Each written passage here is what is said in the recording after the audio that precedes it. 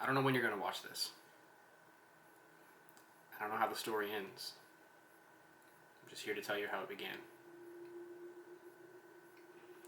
I was out for a walk, alone, and that's when it came for me. It was beyond a blur. For lack of a better term, it was absence of meaning.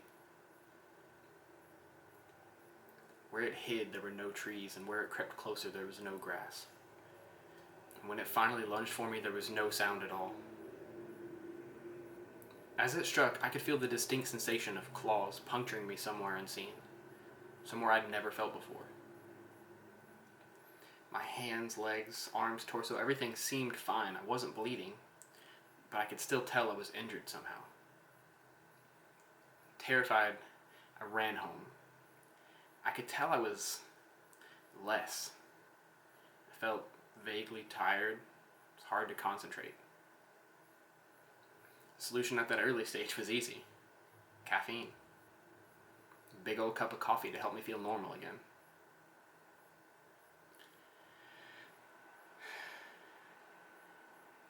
You could say my life began that week. That was the week I met Mare. Truth be told, I fell in love with her over the phone before we ever even met.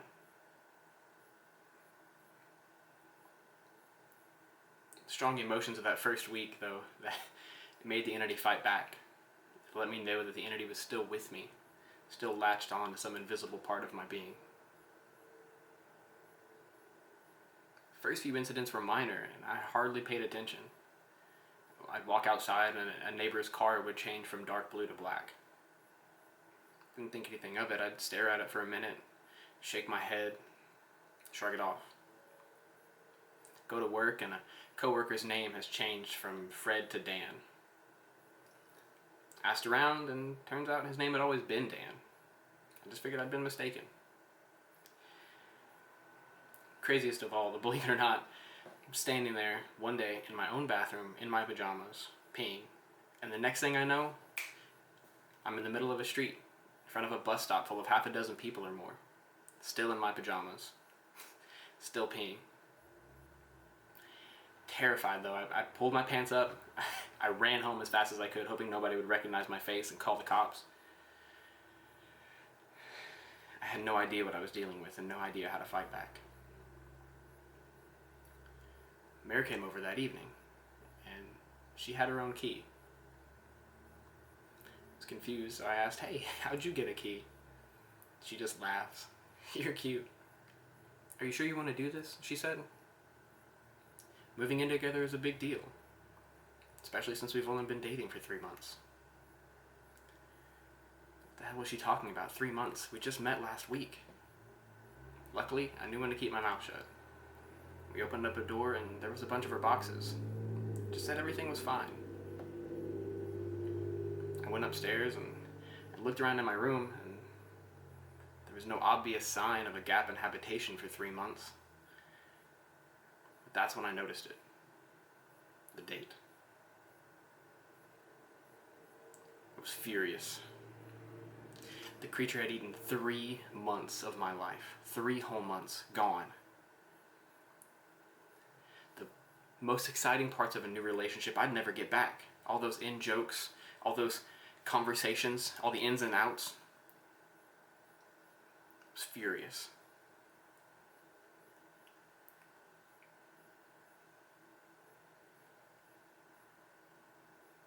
That fury helped to suppress the entity. I never drank alcohol. I drank caffeine religiously.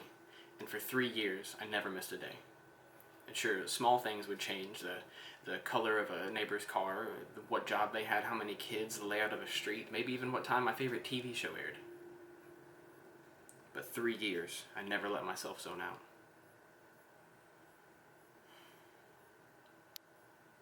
All these changes still reminded me that the creature still had its claws sunk into me, though. And one day I grew careless. I was watching my favorite TV show. It was the season finale, and it was a phenomenal show. Great story, very gripping. And right at the height of the action, a little boy comes up to my chair. I asked him, "Hey, how'd you get in here?" He just looks over and says, "Silly daddy." My heart sunk. I knew immediately what had happened.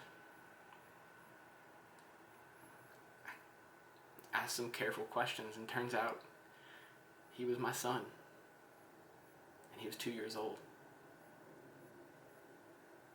The agony and the heartache that filled my chest was unbearable. Not only had I missed the birth of my son, Mary and I had obviously gotten married in that time. I'd never get to see his first steps, hear his first words. What type of memories did I miss out with Mary? It was snowing outside. Holding my sudden son in my lap, I sat and watched the snowflakes. What the hell kind of life was this going to be if slips in concentration could cost me years of my life? I had to get help. The priests, well, they didn't believe me. They didn't think it was some type of a possession. They told me to go to a doctor, so I did. All their tests came back normal, everything fine.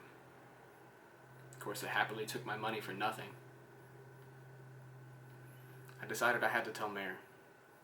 I couldn't help but wonder what all this was like from her side. Did I still take our son to daycare? Was I still going to work? I mean, obviously I did, because she seemed none the wiser, but I couldn't help but feel like a part of me must be missing when I wasn't at home inside my own head. So the night came, and I made us a nice dinner.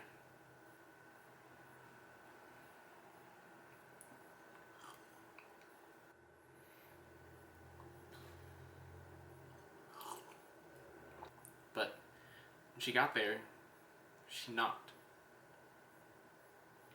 I opened the door, and she's in a beautiful sundress. She looks past me and sees the dinner table, and she goes, "A nice dinner for our second date?" She said, I knew you were sweet on me. Again, I'm glad I know when to keep my mouth shut. I took her coat, sat down. It turns out this really was our second date. She saw excitement in me, and I guess she took it as dating jitters. I was just ecstatic to know that maybe I wasn't missing out on entire parts of my life. Maybe I would eventually be there. The symptoms, as I was beginning to understand them, were more the consequences of a shattered soul. A fractured soul. The creature had wounded me, broken me into pieces. Perhaps I wasn't destined to miss out on entire parts of my life. I would live my life, but just out of order, but I would be there. And that's how it went for years from my perspective. While minor changes in politics or geography would happen daily, major changes in my mental location would only happen every couple of months. And when I found myself in a new location, I'd take time. I'd lay low, get the lay of the land before I said anything to make a mistake. On the furthest jump yet, I got to meet my 6-year-old grandson. I got to ask him what he wanted to do when he grew up. He said he wanted to be a writer. I told him that'd be a fine idea. Then suddenly I was back in month 2 of my relationship with Mare, and I had the best night with her, and I mean the best night with her down at the docks. Knowing how special she'd become to me, I asked her to move in. I got to live through all the best parts of what I'd missed earlier. One day we're moving her boxes in, and she sets them down, and she looks at me and she says she marvels at my love. As if I'd never once doubted that she was the one. As if I'd known her my entire life. That was the first time that I'd truly and wholeheartedly laughed since this whole ordeal began. The thing was, she was right. And she put it in some silly romantic analogy, but she was right. I had known her my whole life. I'd made peace with my situation. It wasn't so bad to get to see a sneak peek of all the best parts to come. But of course, I wouldn't be telling you this if things hadn't gotten worse. The entity was still with me, it hadn't wounded me and departed like I'd hoped to believe. It was still latched on to some invisible part of my psyche, burrowing deeper inside, fracturing me into smaller and smaller pieces. I grew fearful that as my changes in location went from months to weeks, that they would go to days, to minutes, to heartbeats. What type of life would I live only being there for a split second before departing to another location in time? How would I ever display my love or receive it?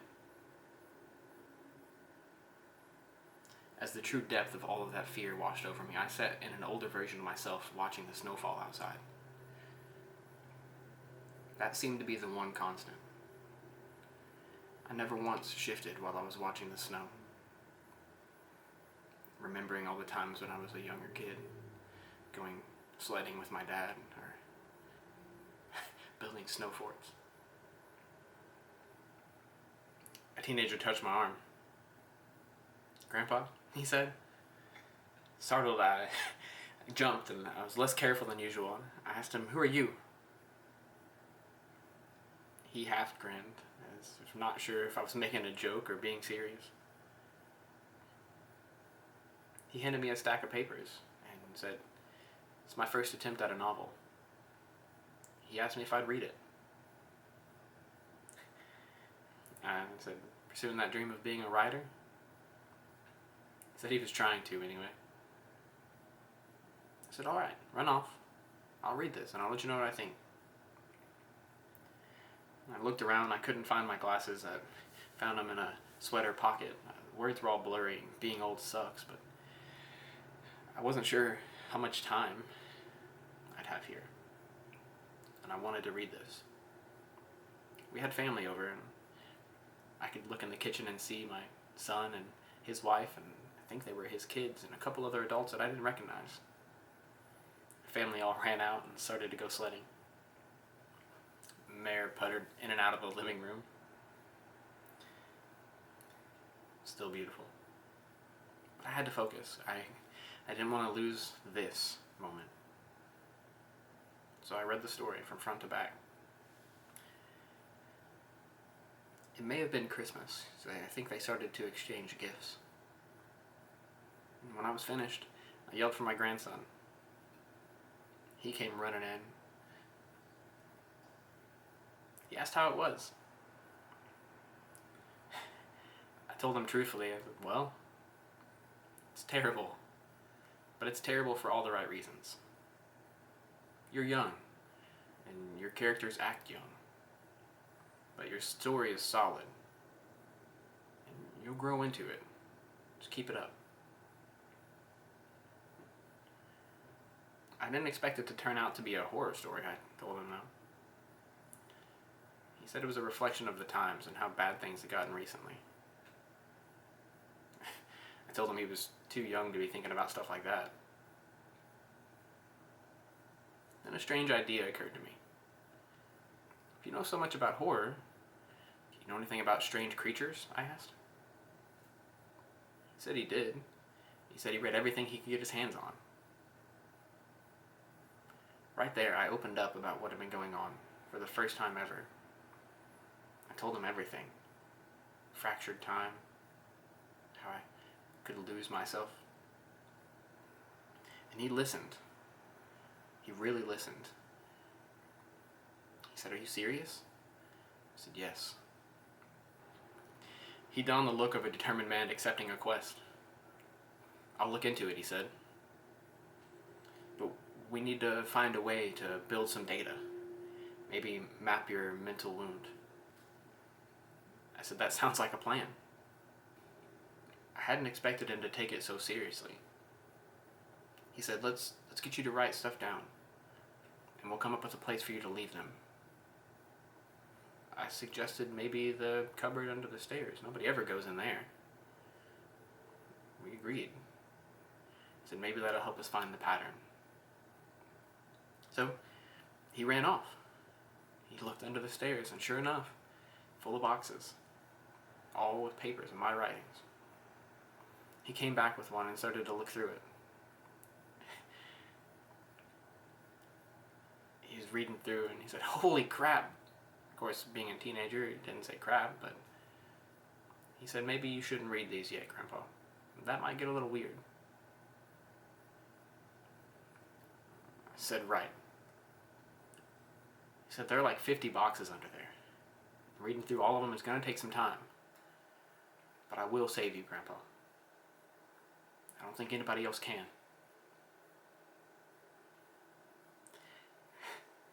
Tears flowed down my cheeks, and I couldn't help but feel like maybe it was going to be all right. I hadn't realized how lonely my existence had been, how cut off I had felt with all of my shifting awareness. I told him thank you.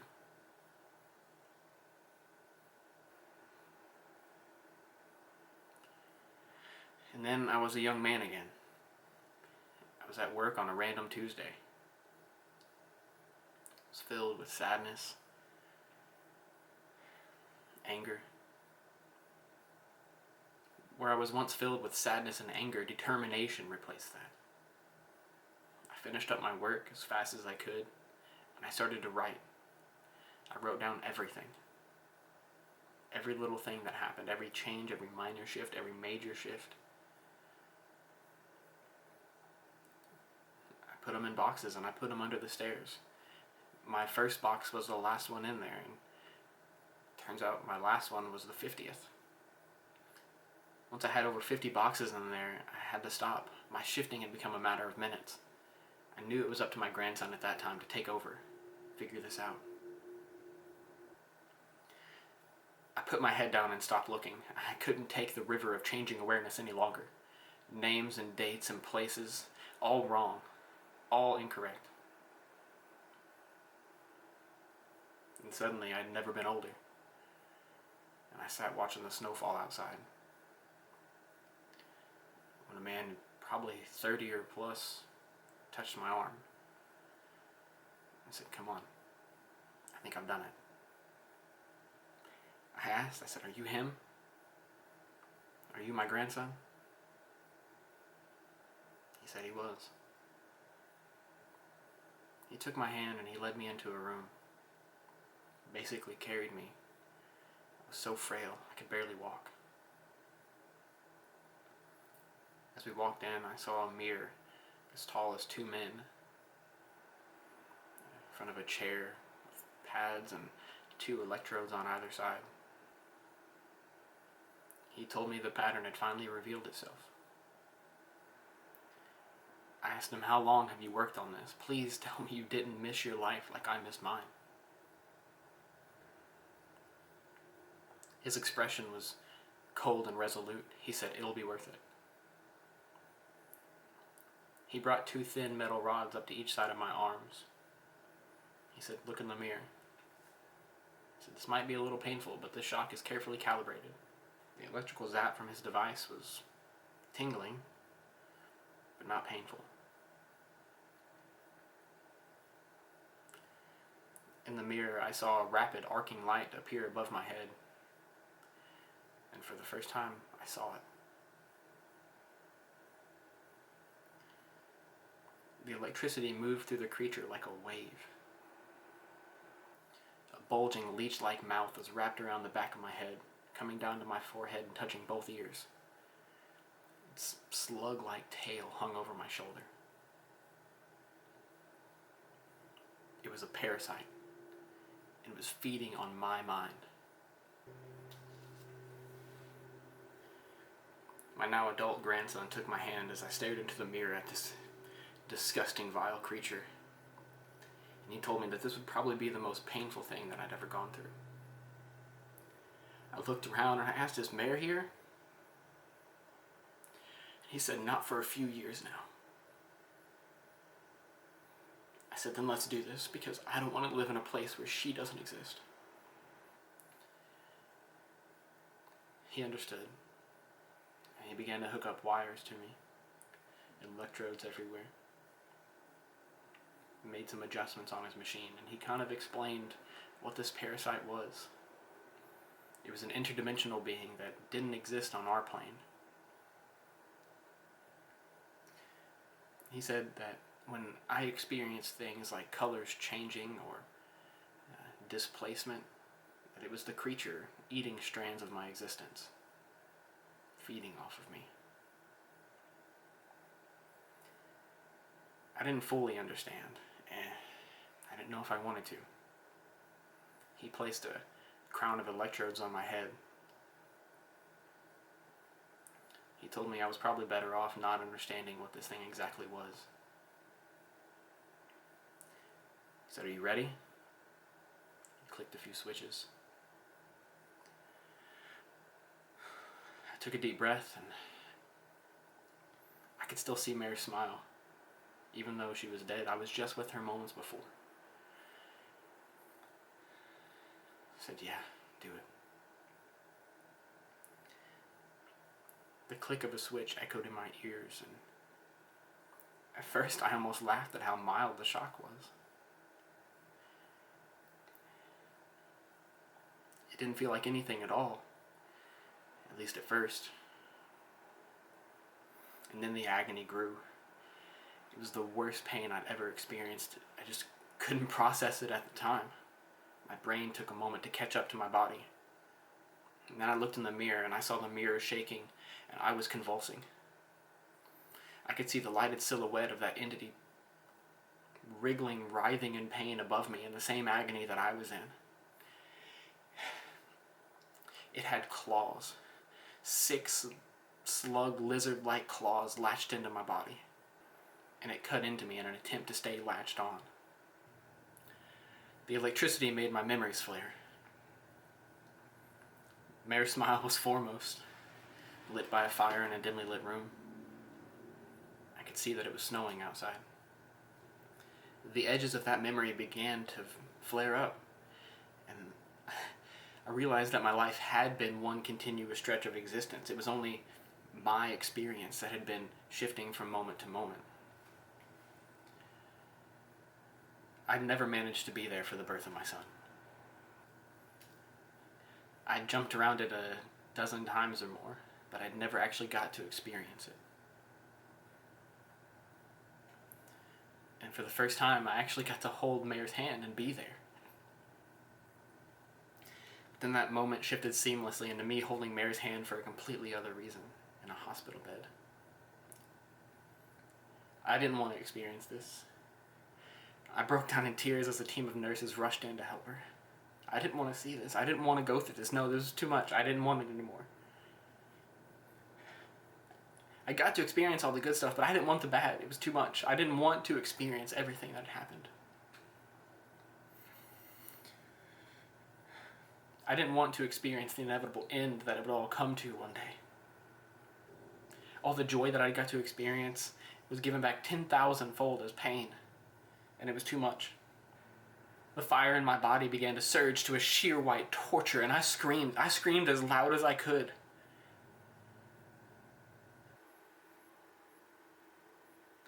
My scream slowly faded into a surprised shout as the room around me started to drift away into nothingness and the woods came back into view. I was back in those same woods, and the creature was there too.